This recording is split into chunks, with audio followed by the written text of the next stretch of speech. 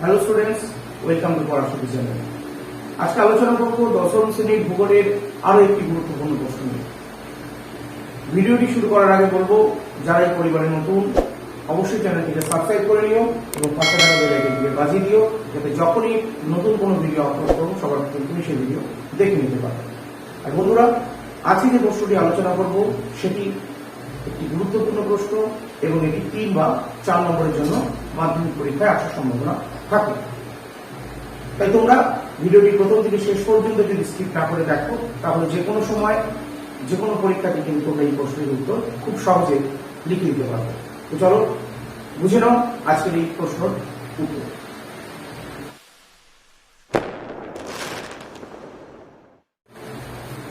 দেখো, আজকে আলোচনা করবো সুন্দরবন অঞ্চলের উপর জলবায়ু পরিবর্তনের প্রভাব। দেখো, জলবায়ু পরিবর্তনের প্রভাব আলোচনা করার আগে একটু জেনে নিতে হবে জলবায়ু কাকে বলে। কোন অঞ্চলে 35 বছরের গড় আবহাওয়াকে সে অঞ্চলে জলবায়ু বলে। আবার বলছি, কোন অঞ্চলে 35 বছরের গড় যে আবহাওয়া তাকে বলা হয় জলবায়ু। এইবার প্রশ্ন হচ্ছে, জলবায়ু পরিবর্তন হলে তার প্রভাব কিভাবে সুন্দরবন অঞ্চলের উপর পড়বে। দেখো, জলবায়ু পরিবর্তনের প্রথম এবং প্রধান কারণ হচ্ছে অরণ্যোচ্ছেদন বা গাছ কাটা এবং জীবাশ্ম জ্বালানির ব্যবহার। আসলে মানুষ এই জলবায়ু পরিবর্তনের পিছনে প্রধান দায়িত্ব নিচ্ছে, প্রধান ভূমিকা নিচ্ছে।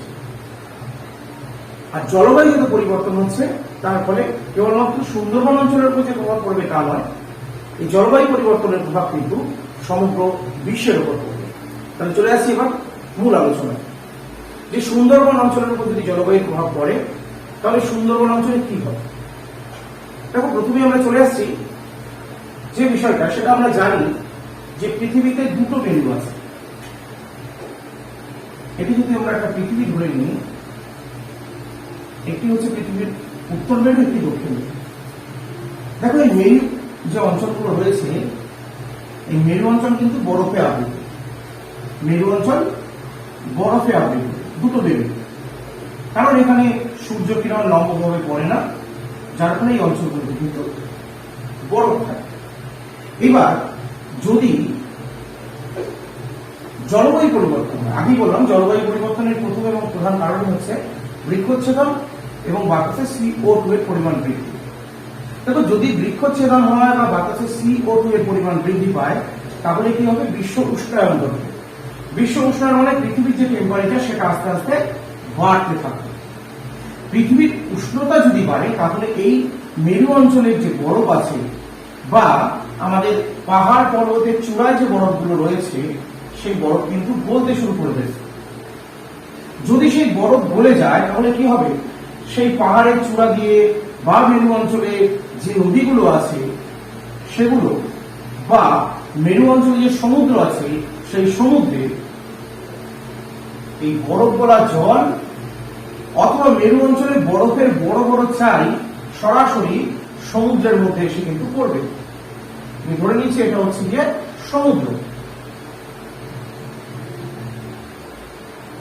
এটা হচ্ছে কি সমুদ্র। তাহলে এই বরফ যদি গলতে থাকে, তাহলে কি হবে, নদী মারফত কিন্তু সেই জল এসে সমুদ্রের মধ্যে পড়বে এবং সমুদ্রের মধ্যে পড়বে মানে তখন জলতল আস্তে আস্তে বৃদ্ধি পাবে।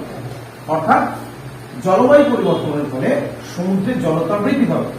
এটা হচ্ছে এমনি অঞ্চলের কথা। আর মেরু অঞ্চলে কি হয়, মেরু অঞ্চলে কিন্তু একদম দেখা যায় অনেক সময় বড় বড় হিমবাহ, সেই হিমবাহগুলোই কিন্তু ভেঙে ভেঙে সমুদ্রের মধ্যে চলে আসে এবং সেগুলো গলে যায় এবং তারপরে সমুদ্রের জলের পরিমাণ বৃদ্ধি পাচ্ছে, যার ফলে এই উপকূলবর্তী অঞ্চল বা উপকূলবর্তী যে ম্যানগ্রোভ অরণ্য রয়েছে, সমুদ্রের জল একটা সময় বাড়তে বাড়তে বাড়তে বাড়তে কি হবে, এই অঞ্চলগুলো সমুদ্রের জলের তলায়, সমুদ্রের যে জল তার নিচে কিন্তু চলে আসে। এই সুন্দরবন যদি এটা আমরা ধরে নিই, তাহলে বলতে পারি 1930 খ্রিস্টাব্দের পর থেকে বর্তমান সময় পর্যন্ত প্রায় 250 বর্গ কিমি অঞ্চল কিন্তু জলের নিচে চলে গেছে।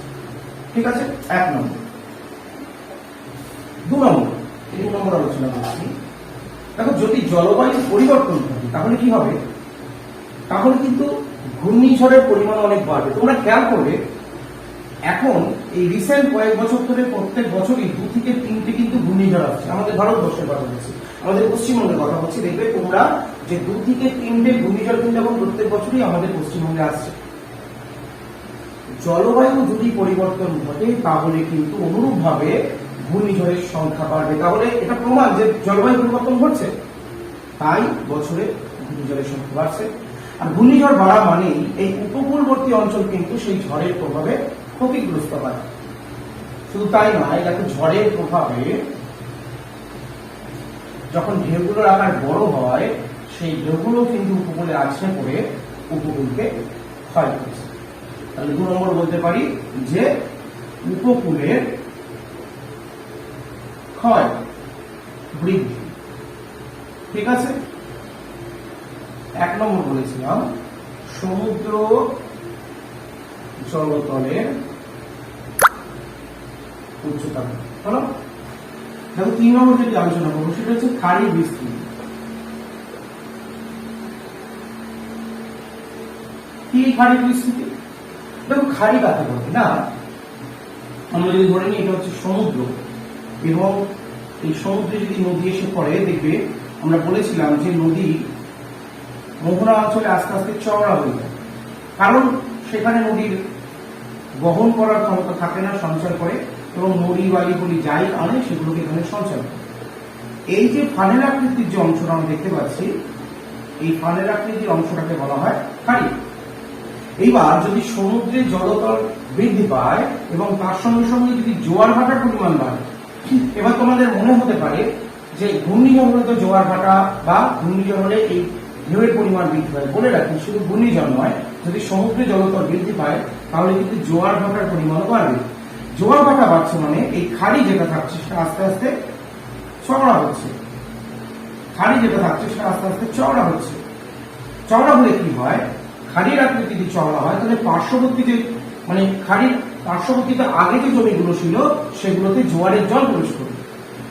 অর্থাৎ ধরে নিচ্ছি আমরা একটা সময় এরকম ভাবে খাড়িটি ছিল, এখানে চাষিরা চাষ করত জমিতে। এইবার আস্তে আস্তে খাড়ির আকার যখন বড় হচ্ছে, তখন কি হচ্ছে, এই যে চাষের জমি যেটা ছিল সেটা কিন্তু জোয়ারের জল দ্বারা প্লাবিত হচ্ছে। অর্থাৎ এই অঞ্চলে জোয়ারের জল প্রবেশ করছে। যখনই জোয়ারের জল প্রবেশ করছে সেই জমিতে কিন্তু আর চাষবাস করা সম্ভব হচ্ছে না। ঠিক আছে। নেক্সট 4 নম্বর যেটা বলবো, কি বলবো 4 নম্বরে বলছি ম্যানগ্রোভ অরণ্যের বিনাশ। দেখো, যখনই সমুদ্রে জলতল বাড়বে তখন কি হবে, সমুদ্র উপকূলে যে ম্যানগ্রোভ অরণ্যগুলো বিস্তৃতি বা বেড়ে উঠেছে, সেই ম্যানগ্রোভ অরণ্য কিন্তু আস্তে আস্তে জলের নিচে চলে আসবে। আর ম্যানগ্রোভ অরণ্য জলের নিচে চলে আসা মানেই আস্তে আস্তে সেগুলো নষ্ট হয়ে যাওয়া।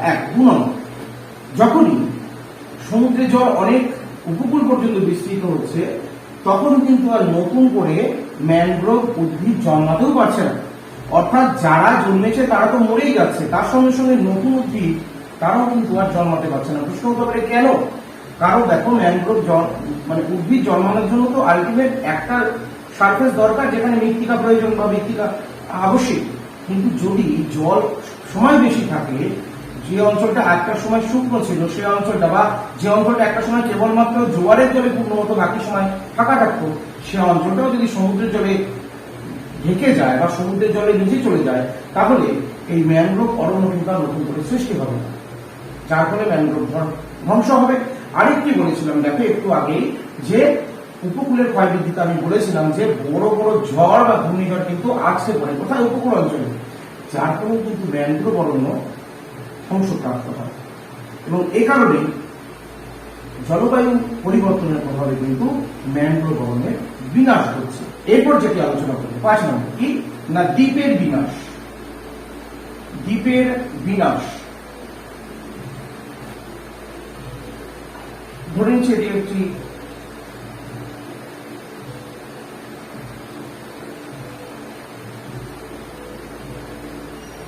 এই হচ্ছে পলি সঞ্চয় হয়ে একটি দ্বীপ গঠন হয়েছে। ঠিক আছে।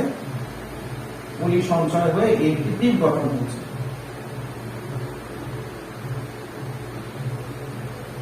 আর সমুদ্রের জলতল হয়তো এই ছিল, সমুদ্রের জলতল হয়তো এই ছিল। এবং দেখো তাহলে আমরা বলতে পারি যে সমুদ্রের জলতল এই অবস্থান করছে, তাহলে এর উপরে দ্বীপটা দেখতে পাচ্ছি আমরা, এই যে অংশটা পাচ্ছি ওটা দেখতে পাচ্ছি, এটা দ্বীপ হিসেবে ভেসে রয়েছে বা দ্বীপ হিসেবে উঠা রয়েছে। তাহলে দেখো এই অংশটা দ্বীপ হিসেবে উঠে রয়েছে। এইবার দেখো যদি জলতল বৃদ্ধি পায়, যদি সমুদ্রের জলতল আস্তে আস্তে বাড়তে থাকে, তাহলে কি হবে? একটা সময় আসবে যখন দ্বীপটিকে আর আমরা দেখতে পাবো না। অর্থাৎ যদি জলবায়ু পরিবর্তন ঘটে, যদি সমুদ্র জলতলের উচ্চতা বৃদ্ধি পায়, তাহলে কিন্তু সমুদ্রের মধ্যে যে দ্বীপ অবস্থান করছে সেই দ্বীপ একটা সময় কি হবে না ডুবে যাবে। ঠিক আছে? এবং এটা কিন্তু প্রমাণ সহ বিজ্ঞানীরা বলছেন।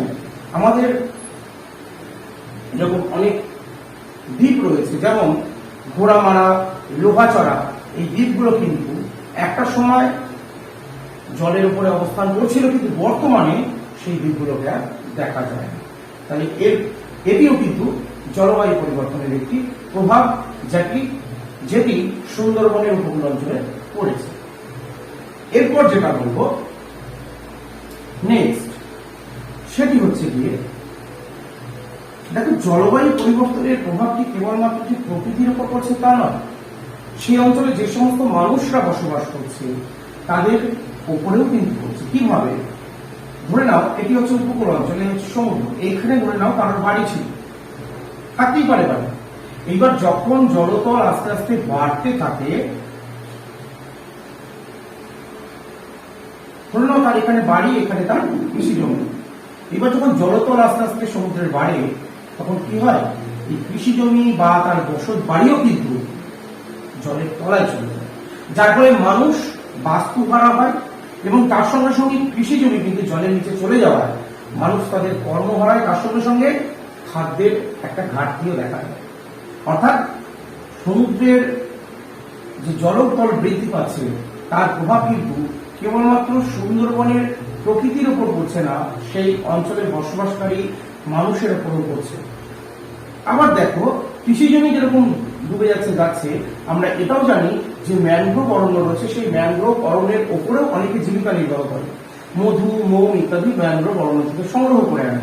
এবার যদি ম্যানগ্রোভ অরণ্য ধ্বংস হয়, যদি ম্যানগ্রোভ অরণ্য বিনাশ ঘটে, তাহলে দেখো সেই ম্যানগ্রোভ অরণ্য থেকে মোম, মধু ইত্যাদি সংগ্রহ করে যারা জীবিকা নির্বাহ করতে, তাদেরও কিন্তু জীবন ধারণ একটি সংকটের মধ্যে পড়ছে। লাস্ট আর একটা কথা বলবো যে প্রকৃতি এবং মানুষ ছাড়াও সুন্দরবন অঞ্চলে বসবাসকারী বিভিন্ন প্রাণীর ওপরেও কিন্তু এই প্রভাব পড়ে এবং তার সঙ্গে সঙ্গে সুন্দরবনের যে বাস্তুতন্ত্র আছে তার উপরেও কিন্তু এর প্রভাব পড়ে। বাস্তুতন্ত্র ক্ষতিগ্রস্ত হয় এবং তার সঙ্গে সঙ্গে সেই ম্যানগ্রোভ অরণ্যে বসবাসকারী বিভিন্ন প্রাণীরা তাদের আবাসস্থল হারায় এবং তাদেরও জীবন কিন্তু সংকটাপন্ন হয়। আশা করি বুঝতে পেরেছ। ভিডিওটি ভালো লাগলে লাইক, কমেন্ট ও শেয়ার করে দিও। আজকের মধ্যে এটুকুই। ভালো থেকো, সুস্থ থেকো। জয় হিন্দ।